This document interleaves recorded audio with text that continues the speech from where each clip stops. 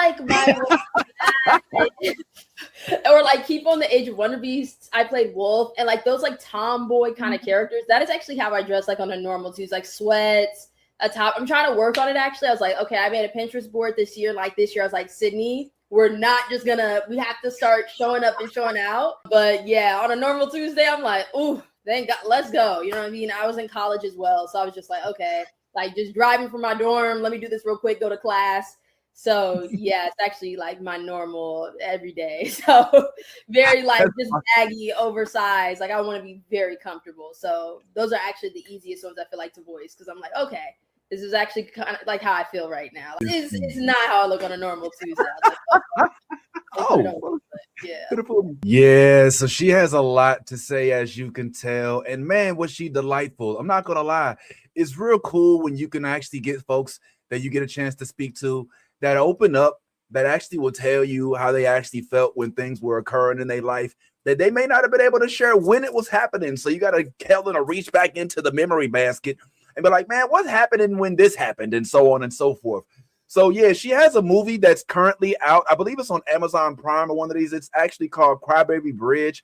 I recommend that y'all at least give it a gander. Okay, she plays a young pregnant girl, goes through some things. It's kind of one of those, kind of, I want to say it's a thriller, scary movie. I got a chance to watch it. She gives a stellar performance, and it's a crazy little concept. And I was curious about some of the roles that she had that led up to this role, because as you can see, she's done a lot: filmmaker, producer, graduate from college at UCLA. She's done so much.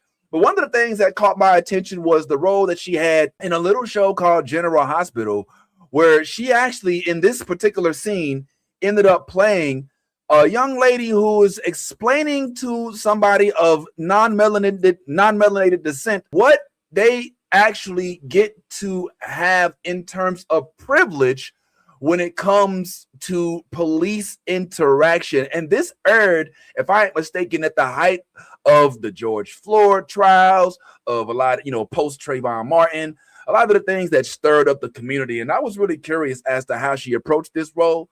Let's hear from her what she said.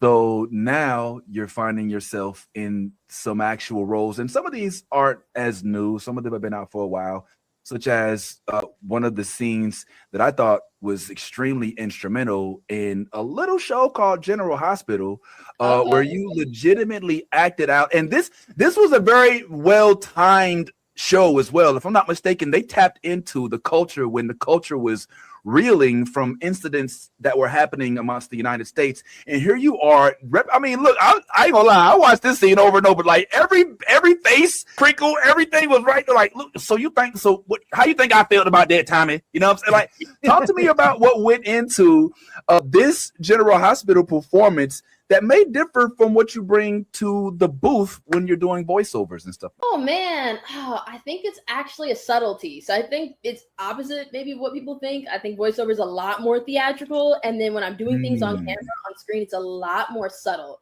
because you have to think that someone's like watching you right there. So I think that's the biggest thing, and just actually keeping it a lot more realistic.